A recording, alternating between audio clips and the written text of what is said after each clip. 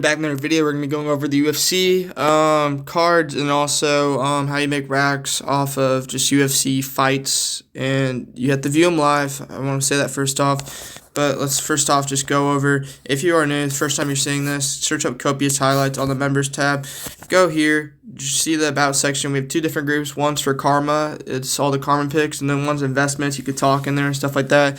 The investments one has about 500 something in there, and then karma has about like 70. So yeah, go join those if you want to make karma, if you want to make racks, if you want to do any of that, if you want to get investments. We're gonna be dropping the top 100 MLB players here in about a month and a half to buy in order. So yeah, and then okay, let's hop into this. So you can make racks now, 20 instead of 10 for ranked games, which is super nice. They upped it. So if you're like really broke on that, if you're looking to get your first card, something like that, this helps out a ton because you should be able to make at least, I'd say, 100 racks more likely per time, just because you could probably get 5 ranked games. We'll probably start hitting from 5 and 6 days ranked games. We've been hitting a lot of 3s. It's the first 2 weeks of UFC. It was a little rough. A lot of like third round KOs and stuff has happened. It's been a little rough, and then also there's been a bunch of big upsets. Peyton Talbot got upset.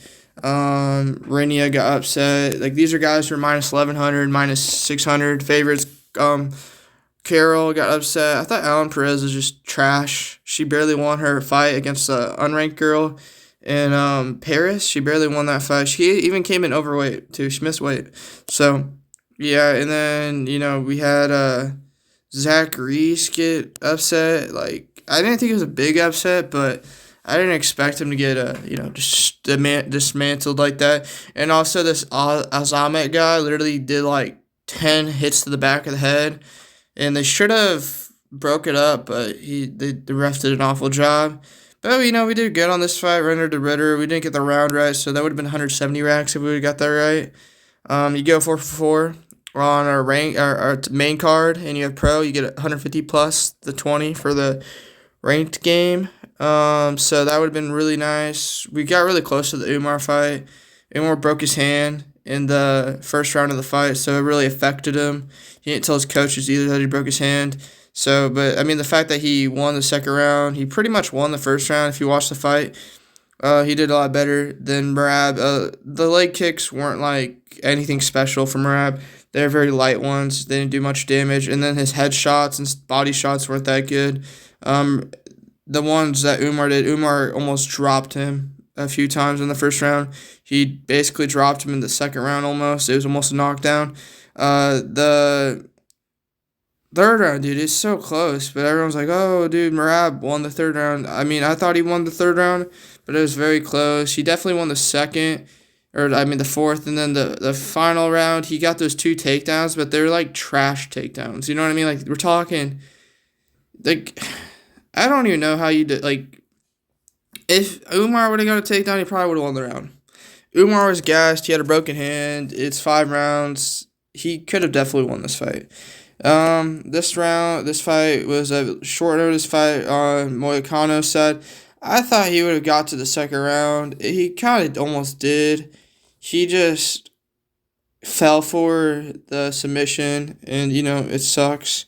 But it is what it is. I mean, some people I thought Islam would have done a knockout, because I thought he would have played with him a little bit more, tried to get a knockout. He loves throwing hands nowadays.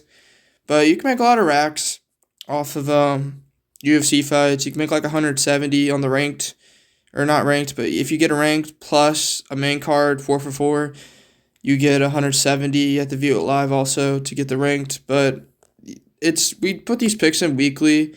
I hear a lot of people talk about that Genie guy. We were talking about it. That guy does not do a good job. I don't care what anyone says. My ranked games haven't been the best this year. They haven't. But I've had times where I've went like 7, 8 ranked games from a fight, or done really well. So don't sleep on me. We're getting better as the year goes on.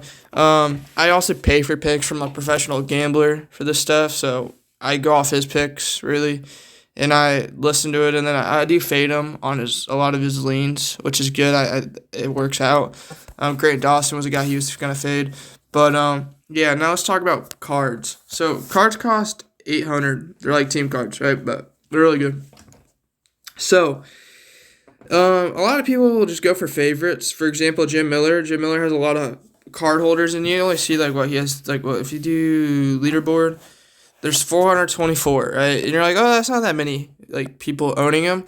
Well, when you have a lot of guys trying to get them up to a 6x for on the stay racks, where they can make like 20,000 a year or something like that off it, it's a lot. And the thing is, you can only own 10 UFC fighters. That's the max amount you can own. So, I mean, if you only get 2 claims per day for UFC, you only own 10 fighters, 365 days out of the year. They're not going to have a fight every single day.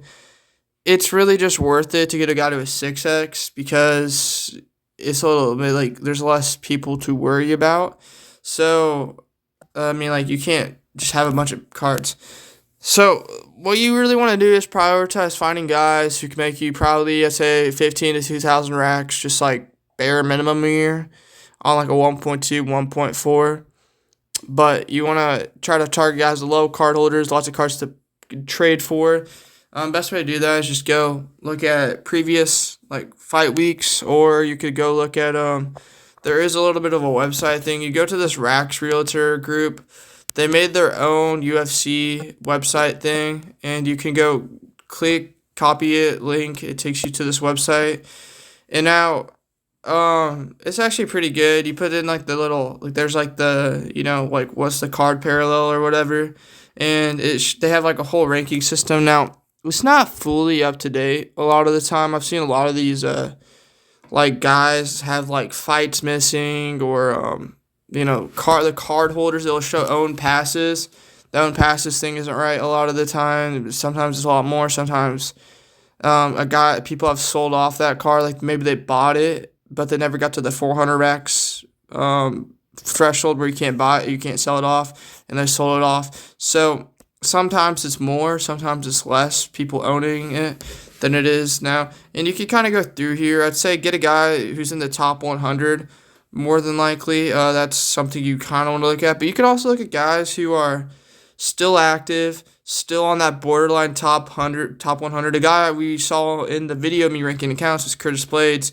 This is a really good one in my opinion. He's still fighting, fights on UFC Seattle. This guy's, not like the most, he's accomplished. Like he's ranked number 5 in heavyweight, but he's, he needs his money. He's going to keep fighting for a little bit longer.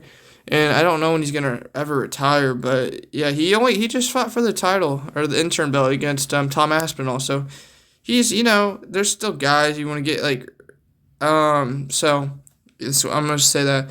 But you can kind of go through here, look at guys who potentially you want to get. I'm going to get Luke up to a 6x. He's at a 4x for me currently. And I don't even think this is completely right, the racks on here. I don't think it is.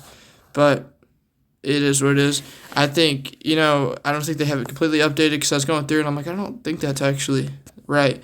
But still, they can help you figure it out. I'd say kind of look at guys who are active. It says active. But if you want to go just look at the rankings, stuff like that, it can help out. Leon Edwards is a guy who fights like once a year, twice a year. And was a champ at one point, but he's not going to fight a lot. There's certain guys like to fight more than others. Really, I think Alexandre Pantoja is actually a pretty good one. Randy Brown's old. Merab could get up into that 4,000 a year thing if he keeps fighting the way he's fighting. Keeps getting all these title fight wins. He doesn't get KOs. He just gets unanimous decisions, which aren't as much as KOs. But title fights are way boosted. So it's kind of like a playoff game in a way for a card, but still. Yeah, that's a guy who you may want to upgrade. He wants to fight 4 times a year. He already fought once, won that. He wants to have 4 title defenses in his first year. And I don't even see him going up to 145. I think he'd get crushed. And I don't think he's going to go down to 125. So I think he's just going to stay at 135, beat everybody. They'll probably have Pantoja. He'll probably have to fight Peter Yan, Sean O'Malley. He'll beat both those guys, by the way. I'm pretty sure. Unless Sean O'Malley can come out and get some really good takedown defense and keep it at range for however long it takes him to knock him out. You have to knock him out. That's how you win that fight. And or you can win by a close decision win to him, because you can definitely steal 2 rounds off of Umar or Merab, but I don't know if you can get all 3. 3 out of the 5. It's really hard. Rose Namajunas is a solid one. She's still fighting. Yair Rodriguez is a sucky one. He's still fighting, but this guy doesn't like to fight. He just doesn't. I think he liked his last fights against either Brian Ortega or Volk, but he doesn't fight. Does not fight. It's been a while. I think the last time he fought was against Volk, I'm pretty sure. Or maybe it's Ortega, but still, he doesn't fight to fight a lot. He's fighting soon, though, against Diego Lopez. Diego Lopez is actually kind of good one. But guys who just like to fight a lot are good ones to get. Like, there's certain guys who like to fight a lot.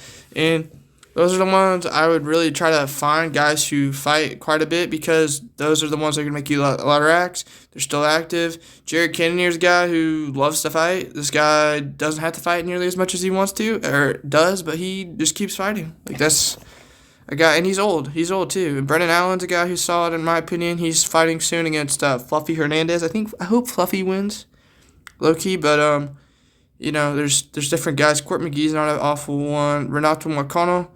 Renato Moicano is still fighting. He's probably going to get, I say he probably gets another 6 or 7 fights left in the UFC. He's 35, but this guy just loves to fight. He needs the money. He says that. And Kevin Lee, like Kevin Lee says active. Kevin Lee is not in the UFC. So this app is not completely right.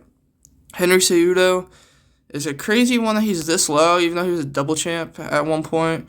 And he's fighting against Song Yudong in the UFC Seattle. There's a lot of really good fights. A lot of guys who are really old on UFC Seattle. We got Dominic Cruz, Rob Font.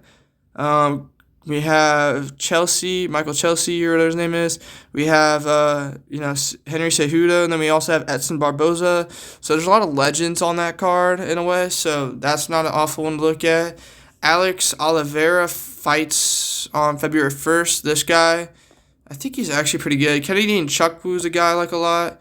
Grant Dawson has to fight quite a bit, actually, but he's a unanimous decision merchant. He just beat actually Diego Ferreira in a 3-rounder unanimous decision. He doesn't get knockouts. He's super boring to watch, but he does fight quite a bit. So, not the worst one. I don't know how old he is. I can look that up, actually. Let's look at Grant Dawson age. I don't like Grant Dawson. I hate watching him fight, but, everyone does. He's like a white Dagestani wrestler. That's how he is. You look at 2024. He fought twice. He only fights like twice a year, but that's because I think he's getting to the point where they're going to just start making him fight a lot if he wants to even get a ranked opponent, and he's only 30 years old. Like, he's probably not going to stop until he's 36, 37. Just saying. Now you're talking about being on the app for another 7 years, so that's kind of what you're looking at, but still, if you can make over $10,000 a year off each UFC fighter you get, and you get all the 6Xs, or let's not say 10,000, like you're looking at 100,000 total. Let's just say 90,000, 80,000. That's really good racks, right? That's something you can look at. That's why you want to get some of those active fighters. It also makes it more interesting. Did I get any of my stuff accepted? But that's kind of how UFC works. I say go for guys, low card holders. You want to upgrade them as much as possible. And that's kind of the goal at the end of the day. Because if you go for a guy like Charles Oliveira, you go for a guy like Donald Cerrone, Cowboy Cerrone, you go for a guy like Andre the Giant, John Jones, Conor McGregor, Khabib. Any of those guys that are hard to upgrade, have lots of card holders. They're good. Like Charles Oliveira is one of the best for racks if you can get him up to a 6X, but it's going to take forever. I don't even think anyone has him at a 6X yet. That's how hard and competitive he is. And you're talking about people that dedicate like so much time to try to get this guy to a 6X, because if they do, I think they're going to make like, I don't even know. It's a lot of racks. I could go look at this app again. But this gives us an idea of how much they would make it for you. But if we go to here, I think Charles Oliveira should be up here pretty high. Where's he at? Oliveira, where's he at? He's got a lot of finishes in the UFC, that's the thing, so he should be up here pretty high. Cub Swanson's also a really good one. I always forget he's right there. Charles Oliveira, you go to a 6X, you're looking at that much. Max Holloway's super hard. Anderson Silva's super hard too, but he has so many title defenses. Like that's why a lot of people go from Alistair Overeem, super hard as well. Max Holloway's still active. I expect him to get another 4 to 5 fights before he retires. He's probably only gonna fight like once to twice a year for another like 3 years. But I hope he keeps going for a while longer. John Jones is probably gonna have 1 to 2 more fights. Jim Miller's still active actually. He got a submission win his last fight, I think, against who was it? Damon Jackson. So yeah, that's gonna be kind of the end of the video. I just want to go over this. Just go for guys, low card holders. Go to your wants.